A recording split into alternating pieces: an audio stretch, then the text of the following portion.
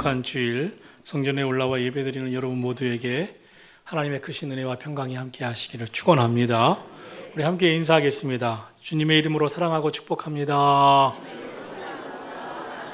사랑하고 축복합니다.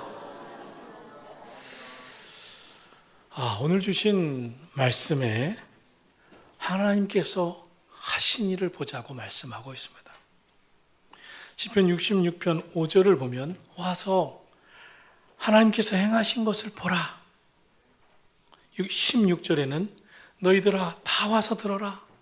하나님이 나의 영혼을 위하여 행하신 일을 내가 선포하리로다 라고 말씀하고 있습니다.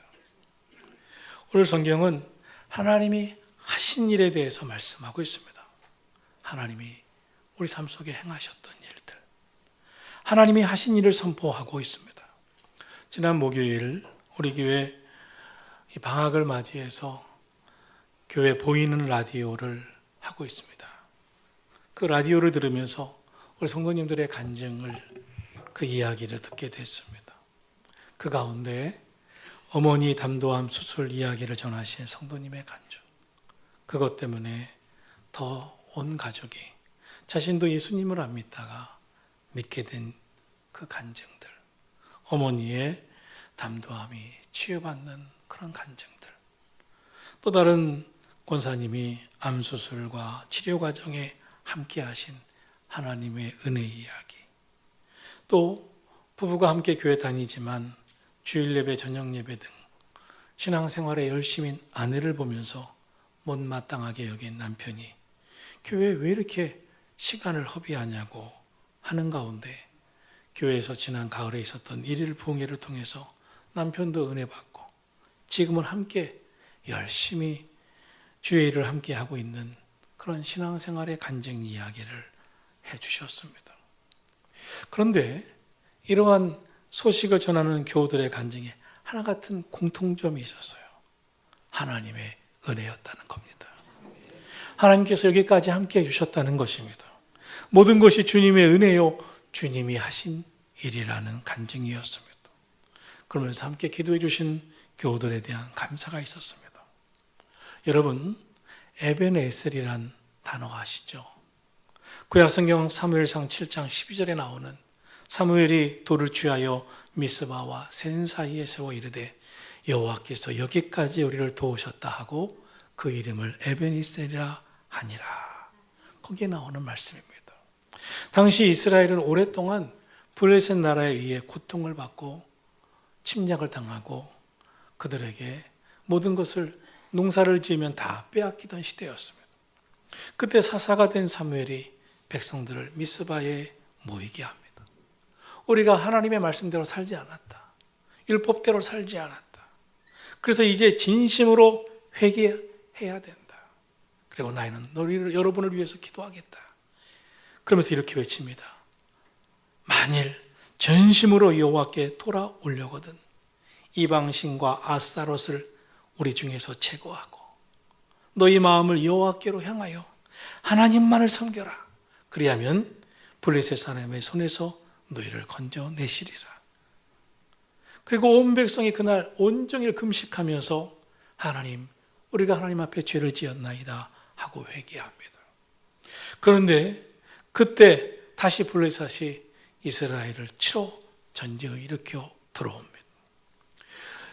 블레셋이 이전처럼 쳐들어오자 백성들은 두려워 떨면서 사무엘 선지자에게 말합니다. 선지자는 우리를 위해서 하나님 앞에 쉬지 말고 부르짖어 기도해 주소서. 우리를 위해서 기도해 주소서. 우리를 구원해 주소서.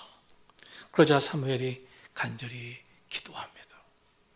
간절히 기도하는 가운데 하늘에서 블레셋 지역에 천둥과 번개, 우레를 일으키십니다. 그러자 혼비백산 블레셋 나라가 도망치고 이스라엘 군대가 추격하여 큰 승리를 거두게 됩니다. 그때 큰 승리를 거둔 다음에 기념비를 하나 세우면서 이렇게 말하죠. 에베네셀, 하나님이 여기까지 우리를 도우셨다. 그때 사무엘이 이렇게 말하지 않습니다. 여러분, 내가 기도해서 이긴 거예요. 내가 기도해서 승리했어요 라고 말하지 않습니다. 이스라엘의 어느 백성도 우리가 전쟁에 나가서 공을 세워서 승리했어요 라고 주장하지 않습니다. 어느 누구도 자신들의 공을 이야기하지 않습니다. 오직 에베네셀, 하나님께서 여기까지 우리를 도우셨다.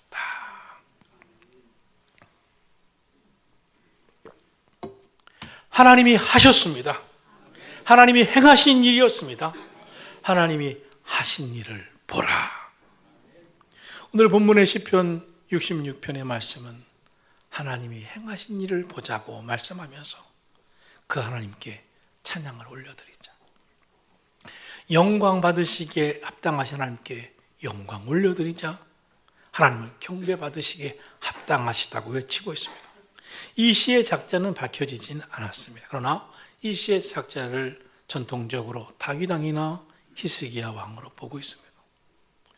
이 말씀에서 이들은 이렇게 고백합니다. 모든 것이 하나님이 하신 일이었습니다. 하나님이 행하신 일, 너무나 감격스럽고 감탄스러운 일입니다. 그 하나님이 행하신 일을 한번 생각해 봅시다. 하나님이 행하신 일을 한번 봅시다. 와서 하나님이 행하신 것을 보라 라고 말씀하고 있습니다. 사도 바울의 가장 유명한 말씀 중에 한 가지가 내가 나된 것은 오직 하나님의 은혜로다 라는 고백입니다. 사도 바울은 예수님 부인하며 살았습니다. 교회를 핍박하며 살았습니다. 예수 믿는 사람들을 학대하며 살았습니다. 그러던 그가 180도 바뀝니다. 교회에 대해서, 예수에 대해서, 교인들에 대해서 그렇게 핍박이 많았던 그가 예수님을 만나고 바뀝니다. 그때부터 예수님을 증거하고 전하기 시작합니다. 가는 곳곳마다 교회를 세웠습니다. 많은 사람을 전도했습니다. 그리고 고백합니다. 내가 많은 교회를 세웠어요 라고 하지 않습니다. 내가 얼마나 전도 열심히 했는지 알아요 라고 말하지 않습니다. 내가 얼마나 많은 기적을 일으켰는지 알고 있지요 라고 말하지 않습니다. 나의 나된 것은 오직 하나님의 은혜로다. 하나님이 하셨습니다. 내가 이렇게 변한 것도, 내가 이 많은 전도와 교회를 세운 것도 다 하나님의 은혜입니다. 하나님이 하셨습니다. 사랑하시는 성도 여러분, 하나님의 행하신 것을 보라. 그럼 하나님께서 행하신 것 무엇을 보라고 말씀하고 있는 것일까요? 첫째로 하나님께서 도우시고 함께 해주시고 지켜주시고 보호해 주신 것을 보자고 말씀하고 있습니다. 6절입니다. 하나님이 바다를 변하여 육지가 되게 하셨으며 무리가 걸어서 강을 건너게 하시고 우리가 거기서 주로 말미암아 기뻐하였도다. 그가 그의 능력으로 영원히 다스리시며 그의 눈으로 나라들을 살피시나니 거역하는 자들은 교만하지 말지어다. 하나님께서 출애굽하여 홍해를 건너게 하신 사건을 말씀하고 있습니다. 그 바다를 마치 육지처럼 건넙니다. 또한 유단 강물이 멈춰서서 그 강바닥으로 가나안 땅에 들어간 사건을 말합니다. 사실 그것뿐이겠습니까? 아말렉과의 전투에서 군사력으로는 상대도 안 되는 열세 형편없는 상황이었지만 모세가 손을 들어 기도하기 시작할 때 전쟁의 상황은 역전되어 승리하기 시작했고 결국 기도로 전쟁을 이겼습니다. 또한 사사기에는 미디안 연합군 12만 명 이상이 쳐들어왔을 때 기드온의 300용사가 승리하죠. 다 하나님이 역사해 주셨습니다. 또한 광야에서 그들은 먹을 양식이 없었지만 매일 새벽 하늘에서 만나가 내려왔습니다. 마실 물이 없을 때 반석에서 물이 나와 생수를 마시게 되었습니다. 무더운 낮에는 구름 기둥으로, 밤에는 불 기둥으로 인도해 주셨습니다. 가나안 땅에 들어가자 여리고성이 무너졌습니다. 태양이 멈췄습니다. 모든 것이 참으로 놀라운 하나님이 하신 일이었습니다. 그래서 6절 말씀에 이렇게 말씀합니다. 우리가 주로 말미암아 기뻐하였도다. 하나님이 행하신 일 때문에, 하나님이 해주신 일 때문에 기뻐하였도다. 사랑하신 성도 여러분, 여러분의 삶에 오늘도 함께하고 계시고 여러분 삶을 이끌어주시는 하나님을 믿으시기를 축원합니다. 하나님께서 행하신 일을 보십시오. 하나님이 하시고 있는 일을 보십시오. 그리고 우리도 하나님이 하시는 일을 보고 기뻐하도다. 기뻐하며 살아가기를 주님의 이름으로 축복합니다. 시편 62편에 보면 오직 하나님만이 나의 반석이요 나의 구원이시요 나의 산성이시요 그러므로 내가 크게 요동치 아니하리로다. 시편 37편은 여호와께서 사람의 걸음을 정하시고 그 길을 기뻐하시나니 저는 넘어지나 아주 엎드러지지 아니함은 여호와께서 손으로 그를 붙드심이로다. 지켜주심이로다 라고 말씀하고 있습니다. 오늘도 여러분의 손을 주님이 붙들고 계심을 믿으시기를 축원합니다. 하나님께서 하고 계심을, 여러분 삶에 함께하고 계심을 믿으시기를 축원합니다. 둘째로 하나님은 우리를 단련시키시는 분이요 우리를 연단시켜 훈련시키신 하나님이신 것을 보자고 말씀하고 있습니다. 9절 10절입니다. 그런 우리 영혼을 살려두시고 우리의 실족함을 허락하지 아니하시는 주시로다.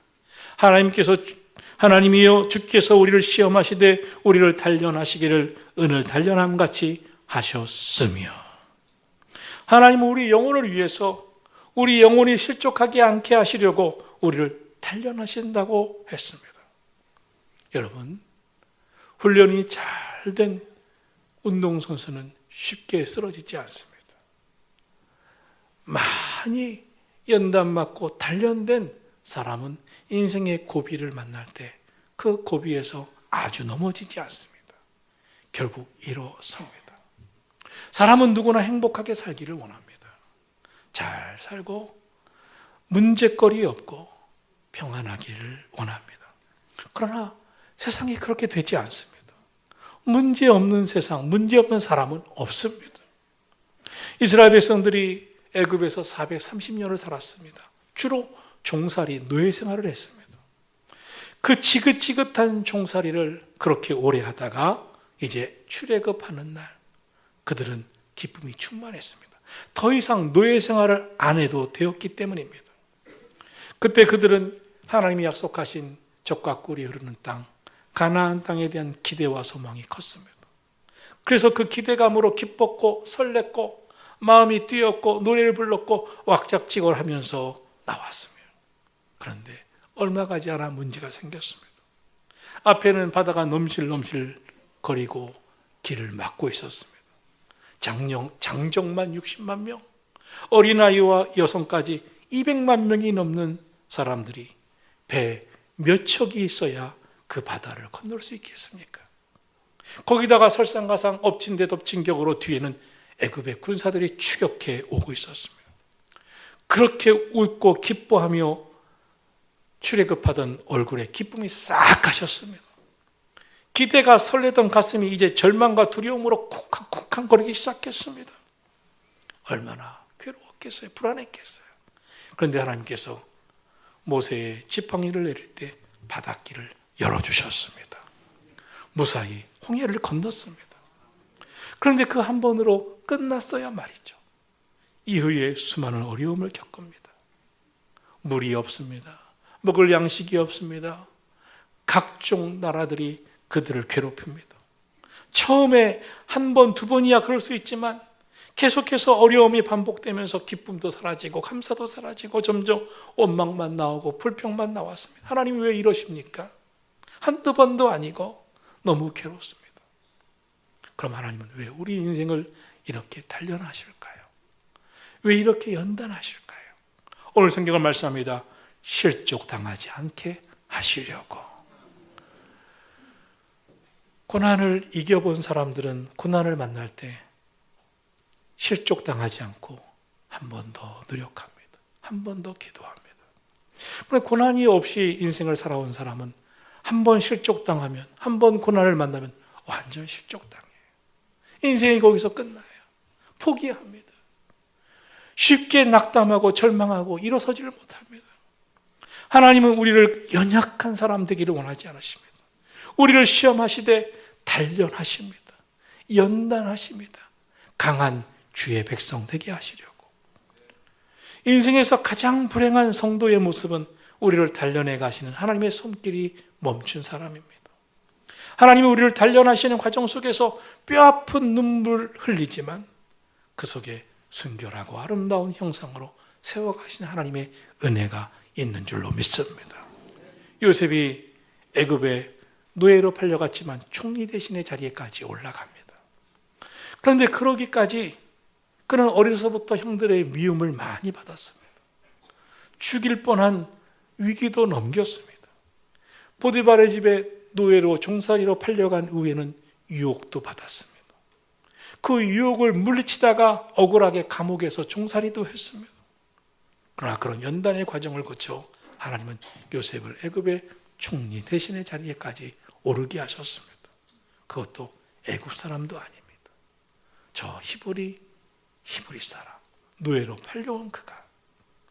하나님이 귀하게 여기시고 세워가시는 과정에 어떤 뜻이 있습니까?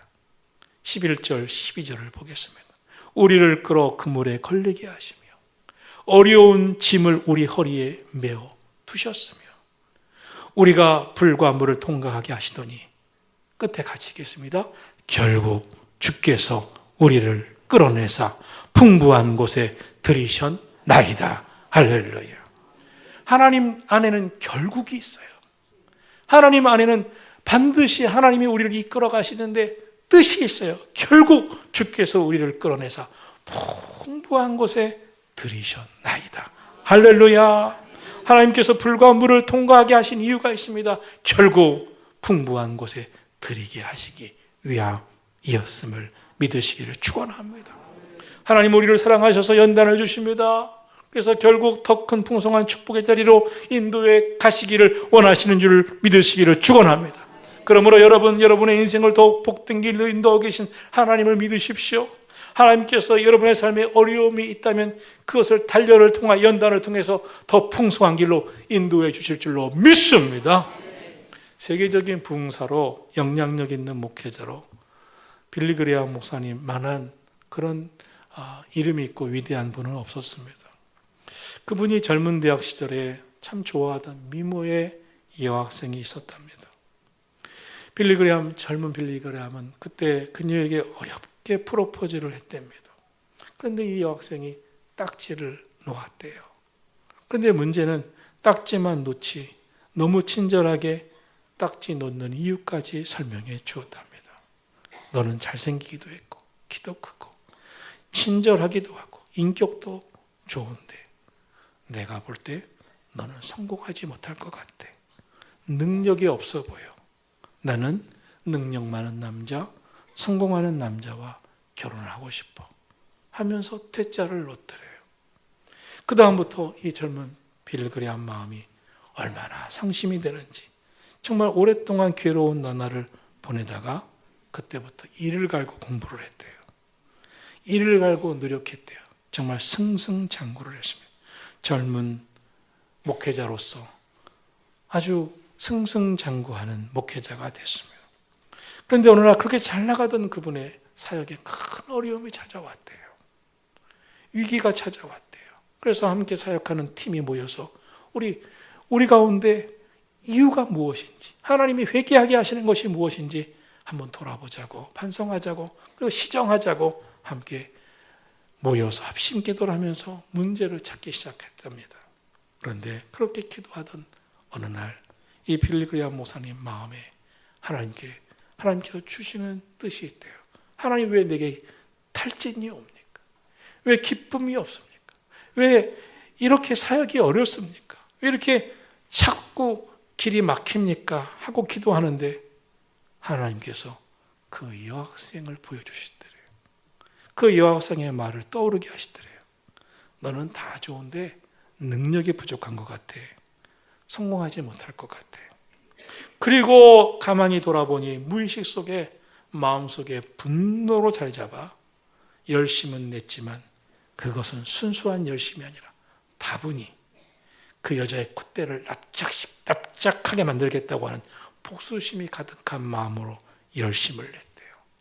그렇게 노력을 했대요. 그렇게 뭔가 보여주겠다는 계산과 마음이 깔려있는 노력이었대요. 하나님이 그날 그것을 보게 하시면서 하나님 앞에 순수치 못한 열정, 진심 어린 마음이 아닌 그런 하나님 앞에 그 영혼이 진심 어린 마음이 아닌 마음으로 열심내고 분노가 있고 복수심이 있었던 그 마음을 회개시키시더래요. 그래서 순전한 마음을 갖게 기도하게 하시더래요. 통곡하면서 순전한 마음을 주옵소서, 진실된 마음을 주옵소서, 영혼을 향한 마음을 주옵소서, 하나님의 은혜에 대한 간절한 마음을 주옵소서라고 기도하고 은혜 받은 다음에 다시 사역이 불일 듯 일어나기 시작해요. 그러면서 역사의 역사를 거듭하면서 세계적인 능력 있는 주의 종이 되셨다고 간증하는 거예요. 하나님을 만나면 하나님께서 보여주시는 놀라운 은혜를 받습니다. 어떤 은혜를 받냐면 내가 한 것은 없고 하나님이 하신 일이 보이기 시작합니다. 하나님께서 역사해 주셔서 되어왔던 일을 깨닫게 주십니다. 하나님을 만나면 깨닫게 되는 게 있어요. 내 인간적인 생각, 인간적인 욕심, 내 인간적인 혈기, 인간적인 분노가 오늘 이렇게 만들었구나 라고 하는 것을 깨닫게 하시는 거예요. 하나님의 은혜의 빛 앞에 서면 먼저 자신을 돌아보는, 정확하게 돌아보는 은혜를 받게 되는 거예요. 이 목사님이 그 은혜를 받은 거예요. 사랑하신 성도 여러분, 오늘 저와 여러분에게도 하나님이 단련해 가시고 연단해 가시면서 우리의 삶을 풍부한 축복의 길로 인도해 가시는데 뜻이 있어요. 실족당하지 않게 하시려고. 넘어져서 다시 못 일어나는 인생이 아니라 넘어졌지만 아주 넘어지지 아니하고 다시 일어서서 단련받아서 하나님의 선하신 뜻대로 진심으로 순전한 믿음 가지고 하나님의 은혜의 삶을 살게 하시는 뜻이 있음을 믿으시기를 축원합니다. 여러분, 우리의 인생에 함께하고 계신 주님을 바라보면서 우리 순전한 마음으로 변화되어 주님을 바라볼 수 있는 믿음이 있기를 예수님의 이름으로 축원합니다. 셋째로, 하나님의 은혜를 아는 백성들은 하나님을 찬양하자고 말씀하고 있습니다. 8절입니다. 만민들아 우리 하나님을 송축하며 그의 찬양 소리를 들리게 할지어다. 하나님이 행하신 그 크고 놀라운 일들은 이스라엘 백성들이 돌아볼 때 너무나 감동적이었어요. 그래서 하나님을 송축하자고 외치고 있습니다. 하나님께서 행하신 일을 와서 듣고 하나님을 찬양하자, 그 은혜에 감탄하자라고 외치고 있습니다. 사실 얼마나 큰 놀라운 일들입니까? 홍해를 건넜어요. 만나가 새벽마다 하늘에서 내려왔어요. 여리고성이 무너졌어요. 태양이 멈춰섰어요. 정말 초자연적인 사건입니다. 그런데 이보다 더 큰 초자연적인 사건은 저나 여러분이나 나 같은 죄인이 용서 안 받고 나 같은 죄인이 하나님의 자녀가 되어 구원받은 거듭난 주의 백성으로 오늘 살고 있다는 것, 이것인 줄로 믿습니다. 오늘 저와 여러분이 이 자리에 있는 것이야말로 하나님의 놀라운 은혜입니다. 하나님을 찬양하고 찬양할 만한 일인 줄로 믿습니다. 여러분, 하나님을 찬양하시기를 예수님의 이름으로 축원합니다. 그래서 외치고 있습니다. 와서 하나님이 행하신 일을 보자. 하나님이 행하신 일이 얼마나 놀랍냐. 사도행전 8장부터 보면 초대교회가 예루살렘 지역에서만 교회가 부흥하다가 각 지역에 흩어져서 부흥하기 시작합니다. 특별히 안디옥 교회가 부흥하기 시작합니다. 그때 예루살렘 교회는 안디옥 교회에 바나바라고 하는 사도를 보냅니다. 안디옥 교회가 정말 부흥했는지 성령과 믿음이 충만한 사람 바나바를 파송합니다. 바나바가 가봅니다. 정말 듣던 대로 안디옥 교회가 막 부흥하기 시작했어요. 놀라운 가능성이 보였습니다. 그렇지만 사실 안디옥 교회는 그렇게 놀라운 가능성은 있었지만 여전히 내실이 형편이 없었어요. 예루살렘 교회는 성령 충만한 성숙한 교회라면 안디옥 교회는 아직도 많은 부분이 미숙한 교회였습니다. 약점을 찾아보면 너무나 많은 약점이 있는 그런 교회였습니다. 그런데 착하고 성령과 믿음이 충만한 사람 바나바는 안디옥 교회를 살펴보고 예루살렘 교회에다가 약점이 많아요, 문제점이 많아요, 미숙한 점이 많아요 라고 보고하지 않았습니다. 바나바 사도는 이렇게 말합니다. 안디옥 교회 안에는 하나님의 풍성한 은혜가 흐르고 있습니다. 안디옥 교회 안에 하나님의 은혜가 임하고 있습니다. 하나님의 은혜를 보고 너무나 기뻐서 여러분 흔들리지 말고 굳게 믿으세요. 주님께 꼭 붙어 있으세요. 우리 신앙생활 굳게 합시다. 다소라고 하는 지역에 가서 훗날 사도 바울이 되는 사울을 데리고 와서 두 사람이 함께 안디옥 교회를 열심히 섬겨 말씀을 가르쳐 안디옥 교회는 정말 아주 단단한 내실 있는 교회로 크게 우뚝 서고 부흥한 줄로 믿습니다. 음악의 실력이 있는 사람은요, 노래를 들어보고 연주를 들어보면 저 사람 실력이 있다는 걸 알아요. 운동에 소질이 있는 사람은 운동의 전문가는 운동하는 것을 보면서 저 사람 운동신경이 있는구나 하는 걸 알아요. 은혜 받은 사람은 은혜의 사람을 알아봐요. 은혜가 넘치는 장소를 알아봐요. 은혜가 넘치는 삶을 사모해요. 은혜가 넘치는 삶에 대한 그런 소망을 갖고 있어요. 은혜가 충만한 바나바의 눈에는 안디옥 교회가 세워진 지 얼마 되지 않아 미숙했지만 문제가 많이 보였지만 그 문제보다 풍성한 하나님의 은혜가 흐르고 있는 게 보였어요. 그 은혜로 말미암아 안디옥 교회에 대한 섬김을 더 하고 싶었어요.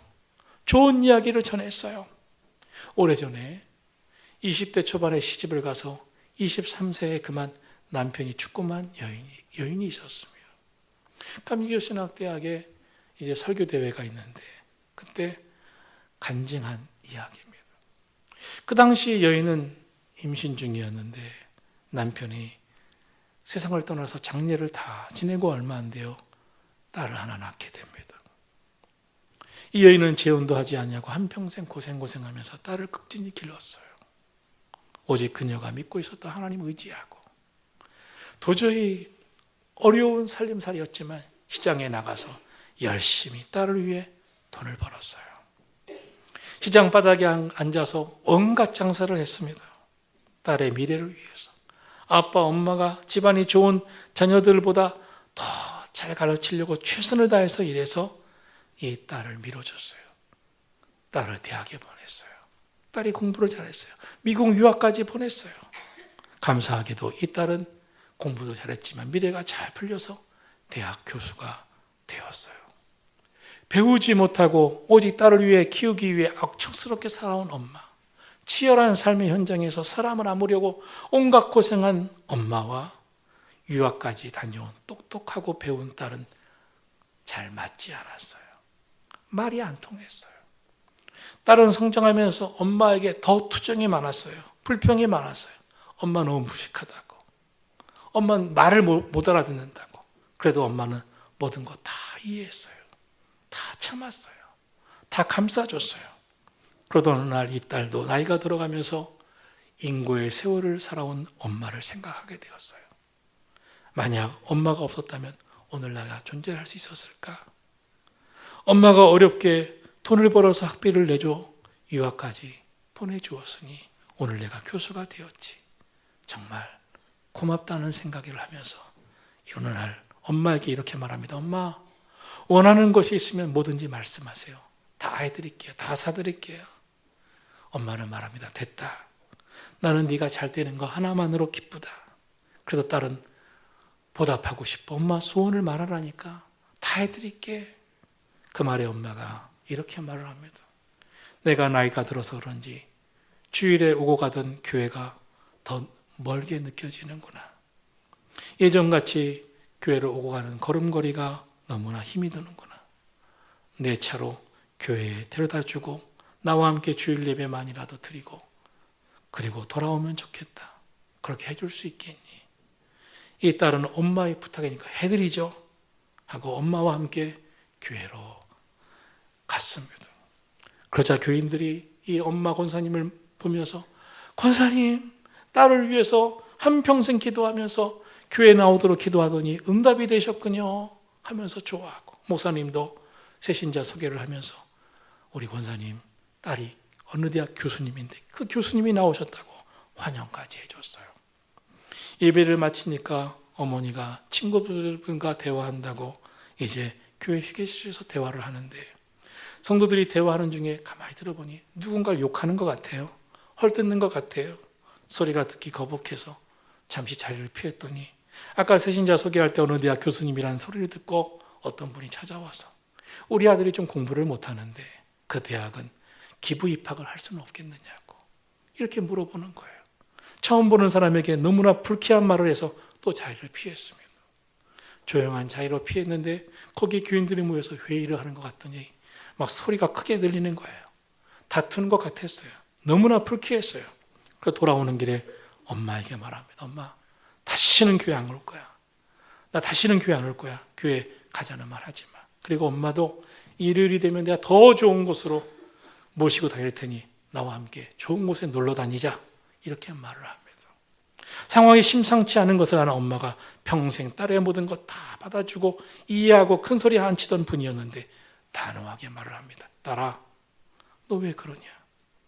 나는 평생 교회 다니면서 예수님만 바라보고 믿어왔는데 너는 교회 딱 하루 나와서 참 못된 것도 많이 보았구나. 너는 그런 것이 보이더냐?